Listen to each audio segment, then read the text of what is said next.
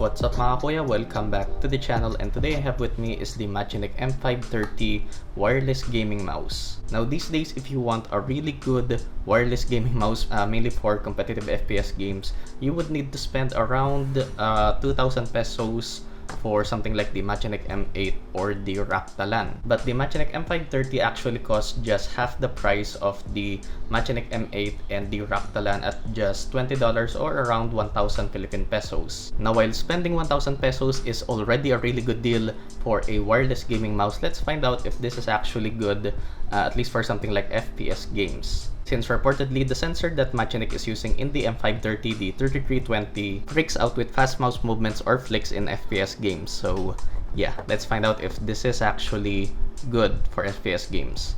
And of course, shout out to Machenike for sending me this for a review. So under the box, we have wireless DPI design battery and RGB written here. Nothing written on the sides and QR codes at the top. And behind the box, we have the different specifications for the Machenike M530. So the Machenike M530 connects through 2.4 GHz wireless connection, and you can actually use this in both wireless and wired modes. Okay, so it says here M531, and you also get a really nice braided USB Type-C to Type-A cable. And here we have the mouse itself. So design-wise for the M5, yeah, I'm just going to call it the M5. It has an ergonomic design, which I'm not a fan of. I prefer having an ambidextrous design, but of course that's just me. And I believe these have runs, which is the same with the Machenike M8.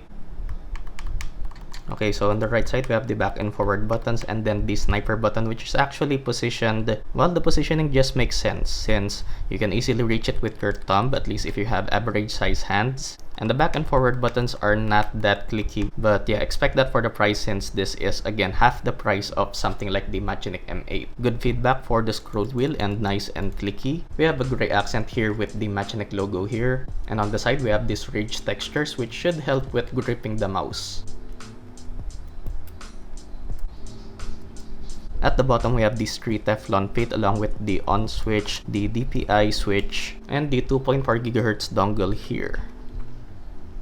And lastly, at the front, we have the USB Type-C charging port. And for specs, we have a PAW3320 sensor up to a 4000 DPI setting, 125 up to 1000 Hz polling rate, a built-in 1000 mAh battery, which Machenike claims should get you up to 100 hours of usage as long as you're in the power saving mode, which should be in the 125 Hz polling rate. The mouse is 117.23mm long, 72.95mm wide, and 39.46mm tall, weighing 98 grams. And in terms of overall design, it doesn't have like any obnoxious red accents, so I like it. So I'm gonna use this, test this out, and come back to you guys in a bit. A few moments later, and we're back mga kuya. So I've been using the Machenike M5 for quite a bit now, and of course the first thing that I tried was Valorant. And yeah, while tracking is good and latency is, I would say, as good as other wireless mice, the 3320 sensor in here really can't handle fast mouse movements or flicks. The tracking just stops if you flick or move the mouse too fast. I also tried this with CSGO with the same result, and I actually did try this also in wired mode and still the same. Don't get me wrong, I still like this mouse because it is a budget wireless mouse. It really looks nice with the LEDs turned on. It has a power saving feature wherein the mouse goes to sleep after 1 minute of inactivity, and has a software in which you can customize the lighting effects, button functions, DPI settings, polling rate, and assign macros. It even gives you the battery percentage. So here's the thing, if you just want a wireless mouse for casual use and also for games, as long as it's not FPS games,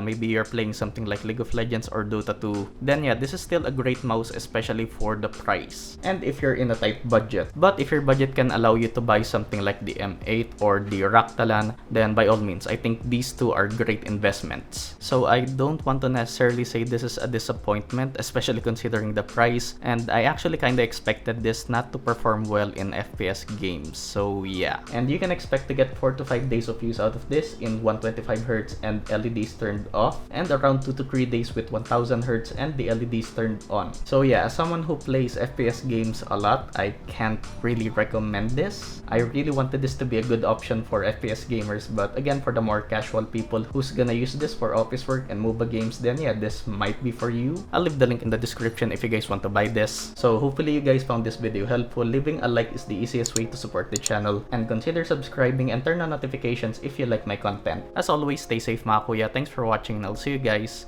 in the next one. Peace.